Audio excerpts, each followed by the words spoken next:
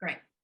So then the next question goes to like how, when and how do these sets fit into our curriculum? One of the big lessons we saw from the comprehensive read alouds is that every school district has a different curriculum. They're trying to align with their English curriculum. So our goal with these is to ensure that there is a variety of literature available for them in terms of themes. So I'll share with you in a little bit the themes, as well as they extend the concepts from the read alouds and are supported in the classroom libraries. So we want to make sure that that there is a harmony between all of our collections, right? And so as well as we want to make sure that schools have the tools to be able to meld that into their system. So we are transparent with the themes, and we'll share themes with people. The sharing of book titles we'll share, but we can't guarantee that all those titles are always going to be the same.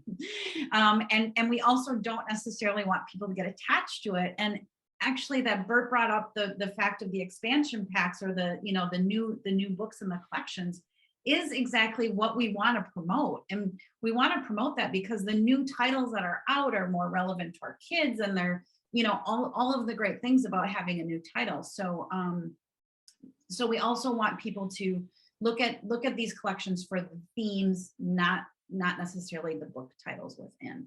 And that's a similar pattern that we're moving along from the comprehensive read alouds. A quick question about that, Heather. In your messaging, is that pretty much like front and center, that like a collection, while the quality of titles and the number of titles and the goal of the theme will be consistent, that the actual title selection might not be consistent every single time, except, like, I know you said last time that if a district buys 100 of this collection, those 100 collections will be the same. But if another district buys 50 of that same collection, those 50 might be a little bit different. Is that messaging pretty clear, or is that something that we need to kind of roll into those conversations? Yeah, you know what, Sean, that's a good question. I'd have to look at the descriptions, because like I know 2 iterations ago, it was definitely in the descriptions, even on the website. But now the latest ones, now that you mention it, I'm not as certain that that's true. And yeah, so I me, I don't like to, I like to be upfront with everyone. So I do want to make sure that is there. But also that's another tricky wording thing. So right. In conversations, it's no problem. It's just if sort of like with the translated, transadapted, like if they get their hands on any marketing materials that's not accompanied by a conversation, to be able to like sort of make that clear, it could be a sticking point like a little bit down the line. Yep. So I'm very familiar with that idea of rotating titles. Oh, are you? That's why I love having my book source friends around. You guys get it, right? We want to work with literature. It's something. The other piece of this that I did want to highlight in our conversation about how and when is we also are not very prescriptive about how exactly book clubs are used. And I'm going to show you some of the tools, because telling you exactly when you teach a book club, I'm not going to prescribe that to you. It's something that we want to make sure that teachers are prepared to be able to know which students are ready to be in book clubs, which students are not ready. If they're not, who needs more support, who needs less support. And so that's why the gradual release of responsibility is front and center in this question of when and how do we use book clubs. As well as you can see this visual, the book clubs are a time when students are together with their peers. It's not teacher led. That heart at the what are those tables called? What are the what called? The table that you do your guided reading group at. What's it called? The kidney shaped table? The kidney shaped table. Thank you.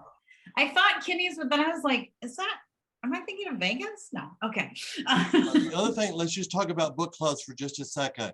Okay, Bert. That the book clubs, according to Faust Manel, and again, I have to, Faust Manel leads us because that's, we sell more of that than anybody else, but, or for our, or any other companies.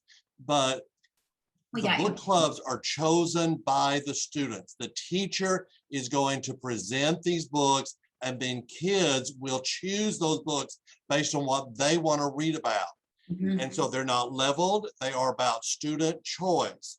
Now, when Gay and Irene talk about their choices in book clubs, they say that some kids can either read those independently or listen to a reading of that, you know, in an auditory kind of way. Right. So one of the things that we might want to think about is the books that you've chosen, are any of those available somewhere else in an audio version?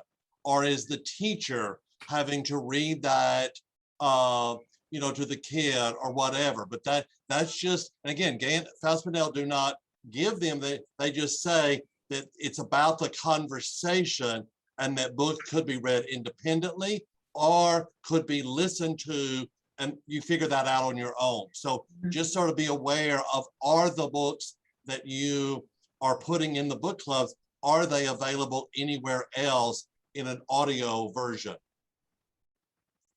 The immediate answer is no, they are not. What we're doing to address that is the book clubs will also be available in digital, so that we can do add-ons like the audio. Okay. Because yeah, that makes it just much easier. But no one has CD players in their classrooms anymore, right? So yeah, so oh, there was one other thing Bert said. Oh, the choice. Yeah, student choice. Let me show you what that means when we actually look at what are the book club collections. So the book clubs include chapter books for 2nd through 5th grade and picture books. So there's a combination, especially in the upper grades. I have today for you an example of just 1st grade. So you'll see just picture books. Again, they're written in Spanish by Latin American authors, and they're grade level books divided into themes. So it's a large band of a reading level. The content's appropriate for that grade level. Just to keep that in mind. Just what Bert said, they're not leveled books. So I want to show you an example. People asked me before to, like, you know, if we could look at them. I'm going to share with you a first grade collection, and this is in the first grade collection. There's only 4 sets, and the themes are poetry, expressing yourself, resiliency, and cooperation. So there's 4 sets. There's 4 titles per set. This at the time, this is our first iteration of this product. So I do have some questions around actual number of students in a classroom.